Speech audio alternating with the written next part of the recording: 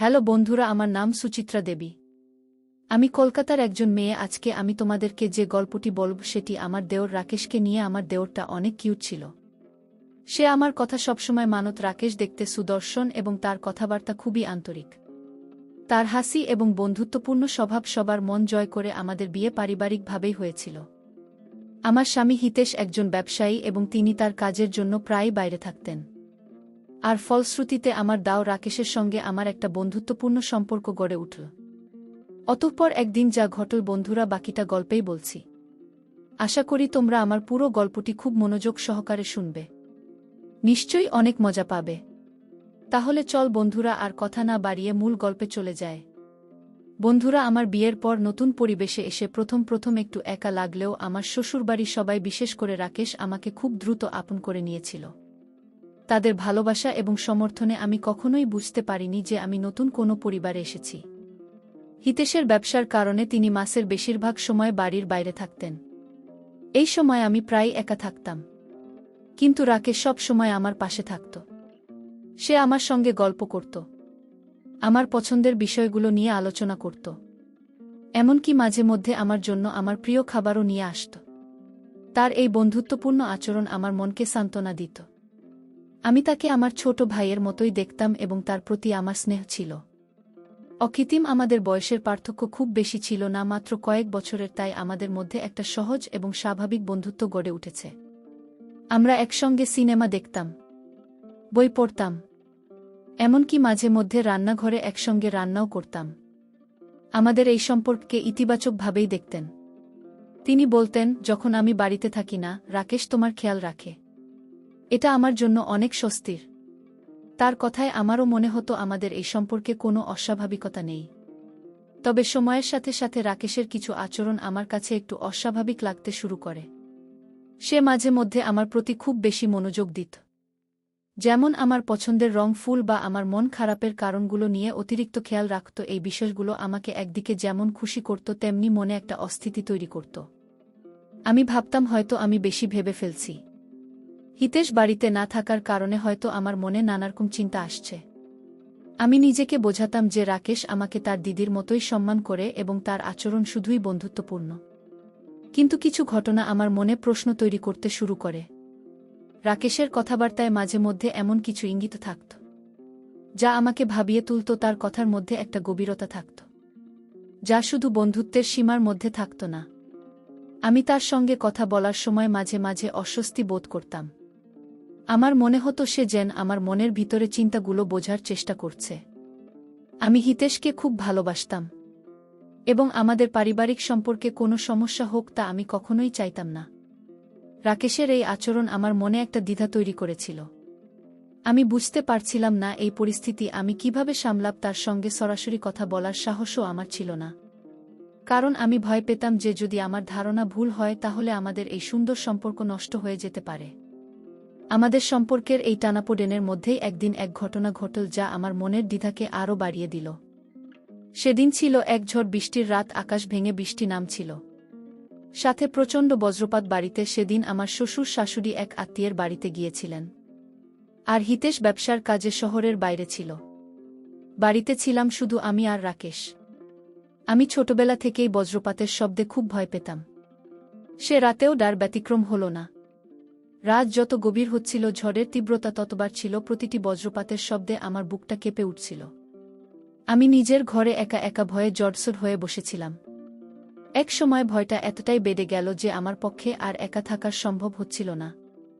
আমি অনেক দ্বিধা নিয়ে শেষ পর্যন্ত রাকেশের ঘরের দিকে এগিয়ে গেলাম। তার ঘরের দরজায় হালকা টোকা দিতেই সে দরজা খুলে দিল। আমাকে ওই অবস্থায় দেখে সে কিছুটা অবাক হল, কিন্তু পরক্ষণেই তার মুখের চিন্তার ছাপ ফুটে উঠল। আমি কিছুটা ইতস্তত করে তাকে বললাম, আমার খুব ভয় করছে, আমি একা থাকতে পারছি না। আমার কথা শুনে রাকেশ মৃদু হাসল, বলল, আরে ভাবি, এতে ভয় পাওয়ার কি আছে, তুমি ভেতরে এসে বসো। আমি তার ঘরে গিয়ে বসলাম। সে আমার জন্য এক গ্লাস জল নিয়ে এলো। তার স্বাভাবিক আচরণ দেখে আমার ভয়টা কিছুটা কমল। সে আমার সাথে গল্প শুরু করল যাতে আমার মনটা অন্যদিকে থাকে। আমরা অনেকক্ষণ ধরে গল্প করছিলাম, ছোটবেলার গল্প, কলেজের গল্প, নানা রকম মজার কথা। তার কথা বলার ভঙ্গিটা এতটাই স্বাভাবিক আর আন্তরিক যে আমি ভুলেই গিয়েছিলাম যে বাইরে কতটা ঝড় হচ্ছে কিন্তু গল্পের মাঝে আমি একটা বিষয় লক্ষ্য করলাম সে বারবার আমার দিকে একটু বেশি মনোযোগ দিয়ে তাকাচ্ছিল। সেই দৃষ্টিতে ছিল এক ধরনের আন্তরিকতা যা আমাকে কিছুটা অস্বস্তিতে ফেলছিল। আমি তার এই চাহনিটা এড়িয়ে যাওয়ার চেষ্টা করছিলাম কিন্তু পারছিলাম না। এক সময় আমি আর থাকতে না পেরে তাকে জিজ্ঞেসই করে ফেললাম, কি দেখছো আমার দিকে এমন করে তাকিয়ে? আমার প্রশ্নে সে যেন কিছুটা অপ্রস্তুত হয়ে গেল, তারপর একটা দীর্ঘশ্বাস ফেলে বলল, ভাবি, আমি শুধু ভাবছিলাম তুমি এত ভয় পাচ্ছিলে। এখন একটু শান্ত হয়েছ কি না? তুমি আমার দিদির মতো, তোমার খেয়াল রাখা আমার দায়িত্ব। তার এ কথা আমার কানে কিছুটা অস্বাভাবিক লাগল। আমি নিশ্চিত ছিলাম না এটা শুধুই ভাইয়ের মতো যত্ন নাকি অন্য কিছু। আমি তার কথার কোনো উত্তর দিতে পারলাম না। শুধু বললাম, অনেক রাত হয়েছে, ঝড় বৃষ্টিও কমে এসেছে, এবার আমি নিজের ঘরে যাই। এই বলে আমি তার ঘর থেকে বেরিয়ে এলাম। কিন্তু সেদিনের রাতটা আমার ঘুম এল না। রাকেশেরই আন্তরিক চাহনি আর তার কথাগুলো আমার মাথায় ঘুরপাক খেতে লাগল। আমার মনে হচ্ছিল রাকেশ হয়তো আমার প্রতি একটু বেশি যত্নশীল হয়ে পড়ছে। আমার স্বামীর অনুপস্থিতিতে সে হয়তো আমার কাছাকাছি থাকার চেষ্টা করছে। এই ভাবনাটা আমাকে অস্থির করে তুলল। আমি কিছুতেই মন থেকেই চিন্তাটা দূর করতে পারছিলাম না। আমি কি তাহলে ভুল ভাবছি নাকি আমার অনুমানই সত্যি? এই প্রশ্নগুলো আমাকে আরও বিভ্রান্ত করছিল। পরের দিন সকাল থেকে আমি রাকেশকে কিছুটা এড়িয়ে চলার চেষ্টা করতে লাগলাম। আমি চাইছিলাম না আমাদের মধ্যে এমন কোনো পরিস্থিতি তৈরি হোক যা আমাদের পারিবারিক সম্পর্কের পবিত্রতাকে নষ্ট করে দেয়া। কিন্তু রাকেশ যেন আমার এই পরিবর্তনটা বুঝতে পারল। সে বারবার আমার সাথে কথা বলার চেষ্টা করছিল, কিন্তু আমি কোনো না কোনো অজুহাতে তাকে এড়িয়ে যাচ্ছিলাম। আমার এই আচরণে সে যে কষ্ট পাচ্ছিল তা আমি তার মুখ দেখেই বুঝতে পারছিলাম। কিন্তু আমার আর কিছুই করার ছিল না। ঝড় বৃষ্টির রাতের সেই ঘটনার পর থেকে আমি ইচ্ছাকৃতভাবে রাকেশকে এড়িয়ে চলতে শুরু করি। আমি তার সাথে আগের মতো সহজভাবে কথা বলতে পারছিলাম না। আমার মনের ভেতর একটা অজানা অস্বস্তি কাজ করছিল। আমার মনে হচ্ছিল আমি যদি তার সাথে খুব বেশি ঘনিষ্ঠ হই তাহলে হয়তো পরিস্থিতি আমার নিয়ন্ত্রণের বাইরে চলে যাবে। আমি আমার স্বামী এবং আমার সংসারকে কোনোভাবেই ঝুঁকির মুখে ফেলতে চাইনি। তাই আমি নিজের চারপাশে একটা অদৃশ্য দূরত্ব তৈরি করে নিয়েছিলাম। আমার এই পরিবর্তনটা রাকেশের চোখ এড়ায়নি। সে হয়তো বুঝতে পারছিল যে আমি তাকে এড়িয়ে চলছি, কিন্তু তার কারণটা সে খুঁজে পাচ্ছিল না। সে বেশ কয়েকবার আমার সাথে একা কথা বলার চেষ্টা করেছে। আমার মন খারাপের কারণ জানতে চেয়েছে, কিন্তু আমি প্রতিবারই কোনো না কোনো অজুহাত দিয়ে তাকে এড়িয়ে গেছি। আমার এই ব্যবহারে সে যে কষ্ট পাচ্ছিল তা আমি তার ম্লান মুখটা দেখলেই বুঝতে পারতাম। আমারও খুব খারাপ লাগত, কিন্তু আমার কাছে আর কোনো উপায় ছিল না। একদিন সন্ধেবেলায় বাড়িতে আর কেউ ছিল না। আমি রান্নাঘরে রাতের খাবারের আয়োজন করছিলাম। হঠাৎ রাকেশ আমার পেছনে এসে দাঁড়াল। আমি তার উপস্থিতি টের পেয়ে কিছুটা চমকে উঠলাম। সে খুব শান্ত গলায় আমাকে বলল, ভাবি, তুমি কি আমার উপর কোনো কারণে রেগে আছো? তার সরাসরি প্রশ্নে আমি কি উত্তর দেবতা ভেবে পেলাম না। আমি বললাম, না তো, কেন এমন মনে হচ্ছে তোমার? সে একটা দীর্ঘশ্বাস ফেলে বলল, কয়েকদিন ধরে লক্ষ্য করছি তুমি আমার সাথে আগের মতো কথা বলছ না। আমি কি কোনো ভুল করেছি? যদি করে থাকি তাহলে দয়া করে আমাকে বলো। আমি তোমাকে কষ্ট দিতে চাই না। তার গলার স্বরে এতটাই আন্তরিকতা ছিল যে আমার মনটা নরম হয়ে গেল। আমি তার দিকে ফিরে তাকালাম। তার চোখে ছিল এক রাশ প্রশ্ন আর অভিমান। আমি নিজেকে সামলে নিয়ে বললাম, নারকেশ, তুমি কোনো ভুল করনি। আসলে আমার শরীরটা কয়েকদিন ধরে ভালো যাচ্ছে না, তাই হয়তো তোমার সাথে ঠিকমতো কথা বলতে পারছি না। আমার এই অজুহাত সে বিশ্বাস করল কিনা আমি জানি না, কিন্তু সে আর কিছু বলল না। শুধু বলল, নিজের শরীরের যত্ন নিয়ে কোনো কিছু প্রয়োজন হলে আমাকে ডাকতে দ্বিধা করো না। এই বলে সে নিজের ঘরের দিকে চলে গেল। তার চলে যাওয়ার দিকে তাকিয়ে আমার মনে একটা অপরাধবোধ জাগল। আমি বুঝতে পারছিলাম আমি একজন ভালো মানুষকে অকারণে কষ্ট দিচ্ছি, কিন্তু আমার মনের ভেতরের অস্বস্তি আমি কিছুতেই কাটিয়ে উঠতে পারছিলাম না। আমার মনে হচ্ছিল আমি যদি এখন খুব বেশি ঘনিষ্ঠ হয়ে পড়ি তাহলে হয়তো ভবিষ্যতে আমাকে এর জন্য পস্তাতে হবে। তাই আমি দেহ থাকার সিদ্ধান্ত নিলাম। কিন্তু পরিস্থিতি যেন আমার নিয়ন্ত্রণের বাইরে চলে যাচ্ছিল। রাকেশ আমার সাথে কথা বলার জন্য, আমার পাশে থাকার জন্য নতুন নতুন উপায় খুঁজে বের করতে লাগল। সে আমার পছন্দের বই কিনে আনত, আমার প্রিয় ব্যান্ডের গান ডাউনলোড করে পেন ড্রাইভ ভরে দিত। এমনকি আমার বাগানের পরিচর্যাও সে নিজে থেকেই করত। তারই ছোট ছোট যত্নগুলো আমার মনকে স্পর্শ করলেও আমি বাইরে থেকে নিজেকে দূরে রাখতাম। আমার মনের মধ্যে এক অদ্ভুত দ্বন্দ্ব চলছিল। একদিকে ছিল আমার সংসার আর আমার স্বামীর প্রতি আমার দায়বদ্ধতা, আর অন্যদিকে ছিল রাকেশের প্রতি আমার স্নেহ আর তার জন্য আমার খারাপ লাগা। আমি বুঝতে পারছিলাম না কোনো পথটা আমার জন্য সঠিক। আমি কি রাকেশের সাথে খোলামেলাভাবে কথা বলবো নাকি তাকে এভাবেই এড়িয়ে চলব? এই চিন্তায় আমার রাতের ঘুম উড়ে গিয়েছিল। এভাবেই দিন কাটছিল। আমি আর রাকেশের মধ্যে একটা অদৃশ্য দূরত্ব তৈরি হয়েছিল। আমরা একই ছাদের নিচে থেকেও যেন দুইটা ভিন্ন জগতের বাসিন্দা হয়ে গিয়েছিলাম। আমি আমার কাজে ব্যস্ত থাকতাম, আর সে তার পড়াশোনা আর বন্ধুদের নিয়ে আমাদের মধ্যে কথা হতো। কিন্তু সেই কথায় আগের মতো কোনো আন্তরিকতা ছিল না। ছিল শুধু কিছু নিয়মমাফিক সৌজন্য। একদিন সন্ধ্যায় আমি বারান্দায় বসে কফি খাচ্ছিলাম। আকাশটা মেঘলা ছিল, ঠান্ডা বাতাস বইছিল। আমার মনটাও আকাশের মতোই বিষণ্ণ ছিল। হঠাৎ রাকেশ আমার পাশে এসে দাঁড়াল। তার হাতে ছিল একটা সুন্দর রাপিং পেপারে মোড়ানো বাক্স। সে আমার দিকে বাক্সটা বাড়িয়ে দিয়ে বলল, ভাবি, তোমার জন্য। আমি অবাক হয়ে তার দিকে তাকালাম। বললাম, আমার জন্য? হঠাৎ কি উপলক্ষে? সে মৃদু হেসে বলল, কোনো উপলক্ষ নেই, এমনি তোমার মুখটা কয়েকদিন ধরে খুব ম্লান দেখছি। ভাবলাম এটা দেখলে হয়তো তোমার মনটা ভালো হয়ে যাবে। আমি তার হাত থেকে বাক্সটা নিলাম। রাপিং পেপারটা খুলতেই আমি অবাক হয়ে গেলাম। ভেতরে ছিল আমার সবচেয়ে পছন্দের ব্র্যান্ডের একটা পারফিউম। এই পারফিউমটা আমি অনেকদিন ধরে কিনব বলে ভাবছিলাম, কিন্তু কেনা হয়ে উঠছিল না। আমি অবাক হয়ে জিজ্ঞেস করলাম, তুমি কি করে জানলে যে এটা আমার পছন্দের? সে হাসল বলল, আমি তোমার পছন্দ সম্পর্কে অনেক কিছুই জানি ভাবি। তার এই কথাটা আমার মনে একটা অস্বস্তি তৈরি করল। তার মানে সে আমার প্রতি এতটা মনোযোগ দিচ্ছে, আমার পছন্দের বিষয়গুলো লক্ষ্য করছে। আমার মনের অস্বস্তি বাড়তে লাগল। আমি নিজেকে সামলে নিয়ে তাকে ধন্যবাদ জানালাম। কিন্তু রাকেশ সেখানেই থামল না। সে আমার দিকে তাকিয়ে বলল, ভাবি, তোমাকে এই উপহার দিলাম, বিনিময়ে তুমি আমাকে কিছু দেবে না? তারই কথায় আমার বুকের ভেতরটা ধরাস করে উঠল। আমি কাঁপা গলায় বললাম, কি চাও তুমি? আমার মনে হচ্ছিল হয়তো সে এবার তার মনের কথাটা বলে ফেলবে। সে আমার চোখের দিকে তাকিয়ে বলল, চাইব একটা জিনিস একদিন, কিন্তু সেটা এখন বলছি না। তার এই কথায় আমার সারা শরীরে একটা অস্বস্তি ছড়িয়ে পড়ল। আমি কোনো কথা বলতে পারছিলাম না। সে আমার অবস্থাটা বুঝতে পারল হয়তো, তাই আর কিছু না বলে একটা মুচকি হাসি দিয়ে সেখান থেকে চলে গেল। তার চলে যাওয়ার পর আমি অনেকক্ষণ বারান্দায় একা বসে রইলাম। আমার হাতে ছিল সেই পারফিউমের বাক্সটা। আমার মনে হচ্ছিল এই পারফিউমটা যেন আমার জন্য একটা অস্বস্তির কারণ হয়ে দাঁড়িয়েছে। রাকেশকে আমাকে এই উপহারের মাধ্যমে তার যত্ন দেখাতে চাইছে, নাকি এর পেছনে অন্য কোনো উদ্দেশ্য আছে? আমার মনটা দ্বিধায় ভরে গেল।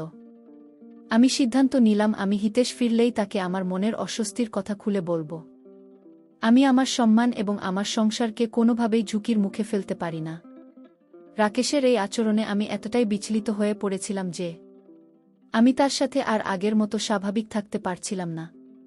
আমার মনে হচ্ছিল আমি এতদিন তার যত্নের আড়ালে তার আচরণে প্রকৃত অর্থ বুঝতে ভুল করেছি। সেই দিনের পর থেকে রাকেশের প্রতি আমার মনোভাব পুরোপুরি বদলে গেল। আমার মনের মধ্যে যেটুকু স্নেহ বা সহানুভূতি তার জন্য ছিল, তা পরিণত হল অস্বস্তি আর দ্বিধায়। আমি তাকে দেখলেই অন্যদিকে মুখ ঘুরিয়ে নিতাম। তার সাথে কথা বলা তো দূরের কথা, আমি তার সঙ্গে একা থাকতে চাইতাম না। আমার এই আচরণে বাড়ির সবাই, বিশেষ করে আমার শ্বশুর শাশুড়ি, খুব অবাক হয়েছিলেন। তারা বেশ কয়েকবার আমাকে এর কারণ জিজ্ঞেস করেছিলেন, কিন্তু আমি তাদের কিছুই বলতে পারিনি। আমি শুধু হিতেশের ফিরে আসার অপেক্ষা করছিলাম। আমার মনে হচ্ছিল একমাত্র সেই আমাকে এই পরিস্থিতি থেকে উদ্ধার করতে পারে। আমি প্রতিদিন তাকে ফোন করতাম এবং সে কবে ফিরবে তা জিজ্ঞেস করতাম। আমার গলার স্বরের উদ্যন হয়তো সে বুঝতে পারত। তাই সে আমাকে বলতো যে সে খুব শিগগিরই তার কাজ শেষ করে ফিরে আসবে। তারই আশ্বাসটুকু নিয়েই আমি দিন গুনছিলাম। এদিকে রাকেশ যেন আরও বেশি যত্নশীল হয়ে উঠেছিল। সে আমাকে একা পাওয়ার জন্য নানা রকম সুযোগ খুঁজত। আমি রান্নাঘরে থাকলে সে সেখানে চলে আসত। আমি ছাদে গেলে সেও পিছু পিছু আসত। তার এই আচরণে আমার অস্বস্তি আরও বেড়ে যাচ্ছিল। আমার মনে হতো আমি যেন একটা কঠিন পরিস্থিতির মধ্যে আটকা পড়েছি। আমি সারাক্ষণ এক ধরনের উদ্বেগের মধ্যে থাকতাম। একদিন দুপুরে আমি নিজের ঘরে শুয়ে বই পড়ছিলাম। হঠাৎ দরজায় টোকা পড়ল। আমি দরজা খুলতেই দেখি রাকেশ দাঁড়িয়ে আছে, তার হাতে একটা প্লেটে কিছু খাবার। সে আমাকে বলল, ভাবি, মাছ তোমার পছন্দের খাবারটা রান্না করেছে। তুমি নিচে খেতে গেলে না, তাই আমি তোমার জন্য নিয়ে এলাম। আমি তার হাত থেকে প্লেটটা নিতে চাইছিলাম না, কিন্তু সবার সামনে কোনো রকম অশান্তি সৃষ্টি করতে চাইনি বলে আমি বাধ্য হয়ে প্লেটটা নিলাম। আমি প্লেটটা নিয়ে দরজাটা বন্ধ করে দিতে যাচ্ছিলাম, কিন্তু সে দরজার পাল্লাটা ধরে বলল, ভাবি, আমার সাথে কি একটা কথা বলা যায়? আমি বিরক্ত হয়ে বললাম, আমার কোনো কথা নেই। সে আন্তরিক গলায় বলল, প্লিজ ভাবি, শুধু একটা। আমি তোমার কাছে জানতে চাই, আমি কি ভুল করেছি যে তুমি আমার সাথে এমন আচরণ করছো? তার এই প্রশ্নে আমার মেজাজটা হারিয়ে গেল। আমি আর নিজেকে সামলে রাখতে পারলাম না। আমি উঁচু গলায় বললাম, তুমি জানো না তুমি কি ভুল করেছ? তোমার ওই অতিরিক্ত মনোযোগ, তোমার ওই অদ্ভুত কথা, তোমার ওই উপহার দেওয়ার চেষ্টা, এগুলো কি কিছুই নয়? তুমি কি ভেবেছ আমি কিছুই বুঝি না? তুমি আমার স্বামীর অনুপস্থিতির সময় আমার প্রতি অতিরিক্ত যত্ন দেখানোর চেষ্টা করছো, তাই না? আমার এই কথাগুলো শুনে রাকেশ যেন হতবাক হয়ে গেল, তার মুখটা ফ্যাকাশে হয়ে গেল, চোখ দুইটা ছলছল করে উঠল। সে এমনভাবে আমার দিকে তাকিয়েছিল যেন সে আমার কথাগুলো বিশ্বাস করতে পারছে না।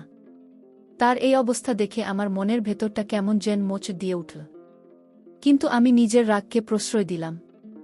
আমি ভাবলাম সে হয়তো এখন ধরা পড়ে গিয়ে অভিনয় করছে। সে কাঁপা গলায় বলল, ভাবি, তুমি আমাকে এই কথা বলতে পারলে আমি তোমার সম্পর্কে এমন চিন্তা করতে পারি? এটা তুমি ভাবলে কি করে? আমি আরও রেগে গিয়ে বললাম, আমার সাথে অভিনয় করতে এসো না। আমি তোমার সব চেষ্টা ধরে ফেলেছি। তুমি এক্ষুনি আমার ঘর থেকে বেরিয়ে যাও, আর ভবিষ্যতে কখনো আমার সাথে একা কথা বলার চেষ্টা করবে না। আমার কথা শুনে তার চোখ দিয়ে জল গড়িয়ে পড়ল। সে আর একটা কথা না বলে চুপচাপ সেখান থেকে চলে গেল। রাকেশের সাথে সেই উত্তপ্ত বাক্য বিনিময়ের পর বাড়ির পরিবেশটা আরও থমথমে হয়ে গেল। সে পুরোপুরি নিজের মধ্যে গুটিয়ে গেল। সারাদিন নিজের ঘর থেকে বেরোত না, খাওয়া দাওয়াও ঠিকমতো করত না। তার এই অবস্থা দেখে আমার শ্বশুর শাশুড়ি খুব চিন্তিত হয়ে পড়লেন। তারা আমাকেও জিজ্ঞেস করলেন যে আমাদের মধ্যে কিছু হয়েছে কিনা। আমি প্রতিবারই সত্যিটা এড়িয়ে গেছি। আমি কিভাবে তাদের বলব যে তাদের ছোট ছেলে তাদের বড় ছেলের স্ত্রীর প্রতি অতিরিক্ত মনোযোগ দিয়েছে?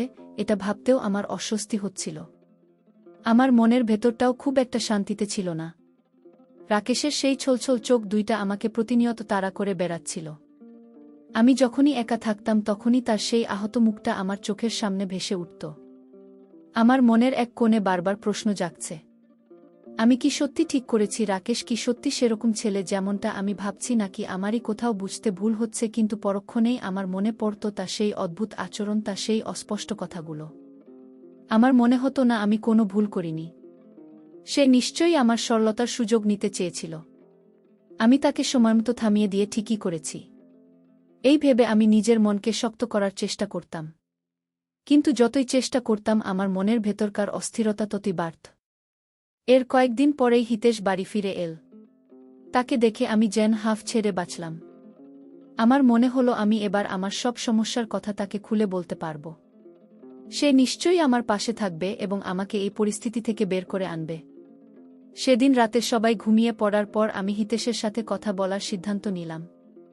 আমি তাকে সব কথা ভুলে বললাম। প্রথম থেকে শেষ পর্যন্ত কোনো কিছুই গোপন করিনি।